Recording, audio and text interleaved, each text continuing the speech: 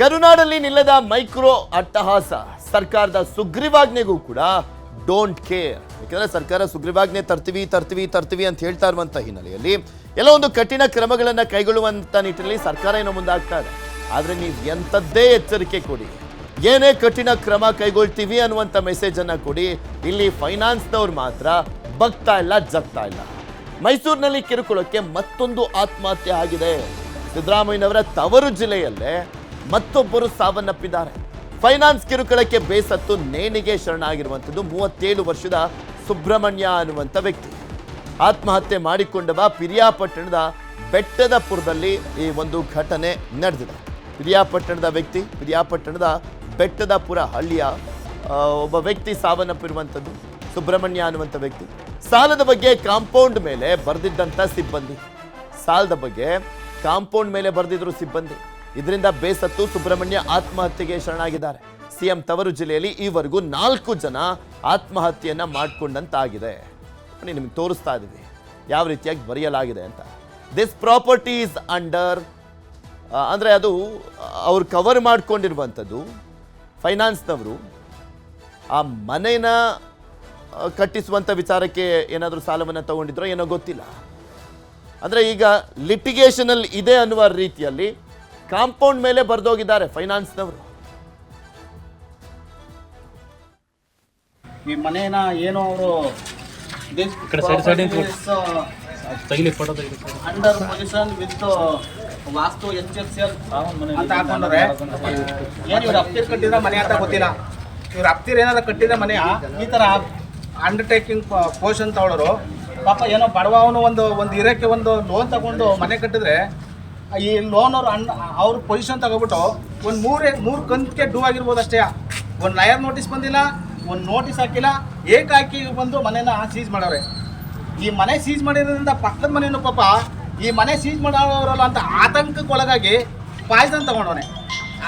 ಆ ವ್ಯಕ್ತಿ ಸುಬ್ರಹ್ಮಣ್ಯ ಅಂತ ಸತ್ತವನಲ್ಲ, ಆ ವ್ಯಕ್ತಿಗೆ 17 ಫೈನಾನ್ಸಲ್ಲಿ ಲೋನ್ ಕೊಟ್ಟವ್ರೆ. 17 ಫೈನಾನ್ಸಲ್ಲಿ ಅವ್ರಿಗೆ ಲೋನ್ ಕೊಡ್ಬೋದಾ? ಏನಾರ 1-2 ಕೇಳಿದ್ರೆ ಏನೋ ನಿಂದು ಇದು ಬಂದಿಲ್ಲಪ್ಪ ಅಂತಾರೆ. ಆ ಲಂಚ ಕೊಟ್ಟರೆ 5,000 ಯಾವುದೂ ಇರೋಕ್ಕಿಲ್ಲ. 17 ಸಂಘದಲ್ಲಿ ಲೋನ್ ಕೊಟ್ಟು ಇವತ್ತು ಅವನು ಪ್ರಾಣ ಬಿಡೋಕ್ಕೆ ಈ ಫೈನಾನ್ಸರೇ ಕಾರಣ. ಇವತ್ತೇನು ಸರ್ಕಾರ ನಡೆಸ್ತಾವ್ರಲ್ಲ, ಇಷ್ಟು ಜನ ಸಾಯ್ತಾ ಇದಾರಲ್ಲ ನಮ್ಮ ರಾಜ್ಯದಲ್ಲಿ, ಈ ಫೈನಾನ್ಸಿಂದ ಸಾಯ್ತಾ ಇದಾರಲ್ಲ, ಈ ಸರ್ಕಾರ ನಡೆಸ್ತಾವ್ರಲ್ಲ ಅವ್ರೇನು ಕಣ್ಮುಚ್ಕೊಂಡು ಕೂತವ್ರ? ಈ ಸತ್ತನ ವ್ಯಕ್ತಿ ಕುಟುಂಬಕ್ಕೆ ಕೂಡಲೇ 25 ಲಕ್ಷ ಸರ್ಕಾರ ಮಂಜೂರು ಮಾಡಬೇಕು. ಇಲ್ಲ ಅಂದರೆ ಸರ್ಕಾರ ಏನಾರು ಮಂಜೂರು ಮಾಡಿಲ್ಲ ಅಂದರೆ ನಾವು ಇಡೀ ತಾಲೂಕಲ್ಲಿ ಜನ ಕಟ್ಕೊಂಡು ಹೋರಾಟ ನಡೆಸ್ತೀವಿ. ಫೈನಾನ್ಸ್ ಅವ್ರು ಏನು ಮಾಡ್ತಾವ್ರೆ, ಬರೀ ಒಂದು ಆಧಾರ್ ಕಾರ್ಡ್ ಪ್ರೂಫಲ್ಲಿ ಇವತ್ತು ಮಹಿಳೆಯವ್ರಿಗೆಲ್ಲ ತಗೊಬಂದ್ಬಿಟ್ಟು ಬೀದಿಗೆ ನಿಲ್ಸೋಂಥ ಕೆಲಸ ಫೈನಾನ್ಸ್ ಅವ್ರು ಮಾಡ್ತಾವ್ರೆ. ಆಮೇಲೆ ಗಂಡದಿರೆಲ್ಲ ಅದು ಇರಲಿ ಇಲ್ಲದೆ ಹೋಗಲಿ ಅವ್ರ ಮನೆಗೆ ಹೋಗಿ ದಿನನಿತ್ಯ ಟಾರ್ಚರ್, ಮಹಿಳೆಯರಿಗೆ ದಿನನಿತ್ಯ ಟಾರ್ಚರ್ ಮಾಡೋಂಥ ಕೆಲಸ ಮಾಡ್ತಾವ್ರೆ. ಇದಕ್ಕೆಲ್ಲ ಒಂದು ಕಡಿವಾಣ ಬೀಳಬೇಕು. ಇದಕ್ಕೆ ಸಂಬಂಧಪಟ್ಟ ಅಧಿಕಾರಿಗಳ ಜೊತೆಲೂ ನಾವು ಮಾತಾಡಿದ್ದೀವಿ.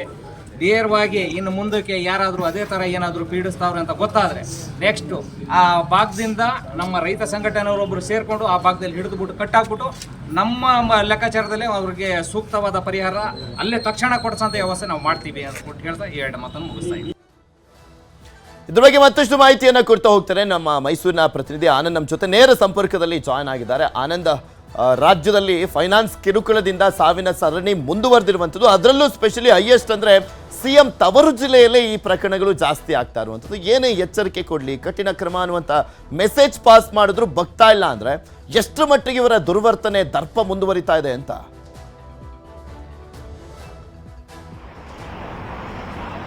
ಪೃಥ್ವಿ, ನಿಜಕ್ಕೂ ಕೂಡ ಯಾಕಂತ ಹೇಳಿದ್ರೆ ಏನು ಸಿಎಂ ಸಿದ್ದರಾಮಯ್ಯನವರ ತವರು ಜಿಲ್ಲೆಯಾದಂತಹ ಮೈಸೂರಿನಲ್ಲಿ ಇದು 4ನೇ ಸಾವು ಅಂತಾನೆ ಹೇಳ್ಬೋದು. ಯಾಕಂದ್ರೆ ಕಳೆದ ವಾರವಷ್ಟೇ ನಂಜನಗೂಡು ತಾಲೂಕಿನಲ್ಲಿ 2 ಸಾವು ಸಂಭವಿಸಿತ್ತು. ಇದೇ ಮೈಕ್ರೋ ಫಿನಾನ್ಸ್ ಕಾಟಕ್ಕೆ ಸಾಲವನ್ನ ಕೊಡಿ ಅಂತ ಹೇಳಿ ಅವ್ರನ್ನ ಬೆಂಬಿಡದೆ ಬೆಳಗ್ಗಿನಿಂದಲೂ ಕೂಡ ಸಂಜೆವರೆಗೂ ಕೂಡ ಕಾಡಿ ಇಬ್ರು ಪ್ರಾಣವನ್ನ ಕಳೆದುಕೊಂಡಿದ್ರು. ಇದೀಗ ಮೈಸೂರು ಜಿಲ್ಲೆಯ ಪಿರಿಯಾಪಟ್ಟಣ ತಾಲೂಕಿನ ಬೆಟ್ಟದಪುರದ ಬಸವೇಶ್ವರ ಕಾಲೋನಿ ಏನಿದೆ, ಇಲ್ಲಿ ಸುಬ್ರಹ್ಮಣ್ಯ ಎಂಬಾತ ಸುಮಾರು 17 ಫಿನಾನ್ಸ್ಗಳಿಂದ 10ಕ್ಕೂ ಎಷ್ಟು ಲಕ್ಷವನ್ನ ಸಾಲ ಪಡೆದಿದ್ದ ಅನ್ನುವ ಅಂಶ ಬೆಳಕಿಗೆ ಬಂದಿರುವಂತದ್ದು. ಯಾವಾಗ ತನ್ನ ಪಕ್ಕದ ಮನೆಯಲ್ಲಿ ಮೈಕ್ರೋ ಫಿನಾನ್ಸ್ ಸಿಬ್ಬಂದಿ ಈ ಆಸ್ತಿ ನಮಗೆ ಸೇರಿದ್ದು ಅಂತ ಗೋಡೆ ಬರಹವನ್ನು ಬರೀತಾರೆ.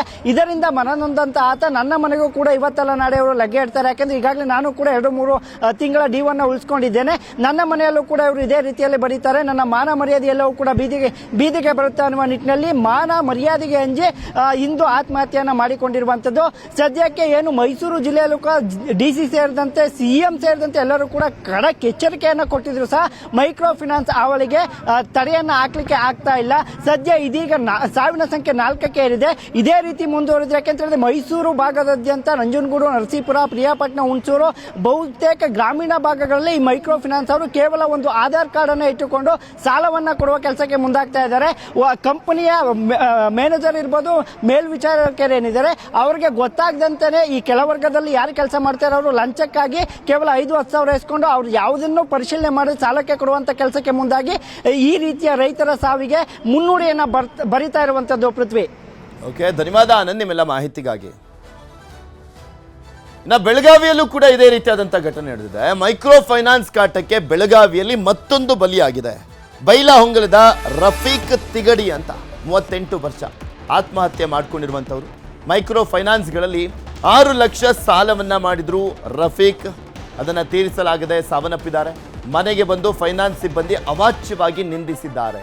ಫೈನಾನ್ಸ್ ಸಿಬ್ಬಂದಿ ಕಿರುಕುಳಕ್ಕೆ ಬೇಸತ್ತಿದ್ದಂಥ ರಫೀಕ್ ನೇಣು ಬಿಗಿದುಕೊಂಡು ಆತ್ಮಹತ್ಯೆಗೆ ಶರಣಾಗಿರುವಂಥದ್ದು. ಯಾಕೆಂದರೆ ಇಲ್ಲಿ ಸಾವುಗಳು ಯಾಕೆ ಆಗ್ತಾ ಇದ್ದಾವೆ, ಯಾವ ಕಾರಣಕ್ಕೋಸ್ಕರ ಹಳ್ಳಿಗಳಲ್ಲಿ ಸಾವಾಗ್ತಾ ಇದ್ದಾವೆ ಅಂದರೆ ಅವ್ರ ಮನೆ ಮುಂದೆ ಹೋಗೋದು, ಅವಾಚ್ಯವಾಗಿ ನಿಂದಿಸೋದು, ಕೆಟ್ಟದಾಗಿ ಮಾತನಾಡುವಂಥದ್ದು, ಅದಾದಮೇಲೆ ಅವರ ಮನೆಯ ಗೋಡೆಗಳ ಮೇಲೆ ಬರೆಯುವಂಥದ್ದು.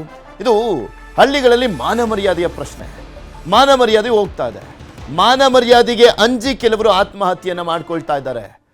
ಬೆಳಗಾವಿ ಜಿಲ್ಲೆಯಲ್ಲಿ ಸರೋಜಾ ಕಿರಬಿ ಅನ್ನೋರು ಈ ಹಿಂದೆ ಫೈನಾನ್ಸ್ ಟಾರ್ಚರ್ ಕೊಟ್ಟಿದ್ದಕ್ಕೆ ಆತ್ಮಹತ್ಯೆಯನ್ನ ಮಾಡಿಕೊಂಡಿದ್ರು. ಈಗ ರಫೀಕ್ ತಿಗಡಿ ಅನ್ನುವಂಥವ್ರು ಸಾವನ್ನಪ್ಪಿದ್ದಾರೆ. 6 ಲಕ್ಷ ಸಾಲವನ್ನ ಮಾಡ್ಕೊಂಡಿದ್ರಂತೆ. ಸಾಲವನ್ನ ಕೊಟ್ಟಂತ ಫೈನಾನ್ಸ್ ಕಂಪ್ನಿಯವರು ಇವರು ಮನೆ ಮುಂದೆ ಹೋಗಿ ಅವಾಚ್ಯವಾಗಿ ನಿಂದಿಸಿದ್ದಾರಂತೆ. ಸೊ ಆ ಕಾರಣಕ್ಕೋಸ್ಕರ ಅದರಿಂದ ಬೇಸತ್ತು ನೇಣಿಗೆ ಶರಣಾಗಿದ್ದಾರೆ. ಬೆಳಗಾವಿಯಲ್ಲಿ 2 ಟೋಟಲಿ ಸಾವನ್ನಪ್ಪದಂತಾಯಿತು ಈ ಮೈಕ್ರೋ ಫೈನಾನ್ಸ್ನ ಕಿರುಕುಳದಿಂದಾಗಿ. ಇನ್ನು ಸಿಎಂ ತವರು ಜಿಲ್ಲೆಯಲ್ಲಿ 4 ಜನ ಸಾವನ್ನಪ್ಪದಂತಾಗಿದೆ. ಟೋಟಲಿ ರಾಜ್ಯದಲ್ಲಿ 18 ಜನ. ಇತ್ತೀಚೆಗೆ ವರದಿಯ ಪ್ರಕಾರ ನೋಡೋದಾದ್ರೆ 18 ಜನ ಸಾವನ್ನಪ್ಪದಂತಾಗಿದೆ. ಇದ್ರ ಬಗ್ಗೆ ಇನ್ನಷ್ಟು ಮಾಹಿತಿಯನ್ನು ಕೊಡ್ತಾ ಹೋಗ್ತಾರೆ ನಮ್ಮ ಬೆಳಗಾವಿಯ ಪ್ರತಿನಿಧಿ ಚಂದ್ರಕಾಂತ್ ಸುಗಂಧಿ. ನಮ್ಮ ಜೊತೆ ನೇರ ಸಂಪರ್ಕದಲ್ಲಿ ಜಾಯ್ನ್ ಆಗಿದ್ದಾರೆ. ಚಂದ್ರಕಾಂತ್ ಸುಗಂಧಿ, ನೋಡ್ತಾ ಇದ್ವಿ ಸಾವಿನ ಸರಣಿ ಅಂತೂ ಮುಂದುವರಿತಾ ಇರುವಂಥದ್ದು. ರಫೀಕ್ ವಿಚಾರಕ್ಕೆ ಸಂಬಂಧಪಟ್ಟಂತೆ ನೋಡೋದಾದ್ರೆ ಯಾವ ರೀತಿಯಾಗಿ ಕಿರುಕುಳವನ್ನ ಕೊಟ್ಟಿದ್ರಂತೆ ಆ ಒಂದು ಫೈನಾನ್ಸ್ ಸಿಬ್ಬಂದಿ, 6 ಲಕ್ಷ ಸಾಲ ಪಡ್ಕೊಂಡಿದ್ರಲ್ಲ ಇವರು, ಎಷ್ಟು ತೀರಿಸಿದ್ರಂತೆ, ಏನು ಮಾಹಿತಿ ಸಿಗ್ತಾ ಇದೆ?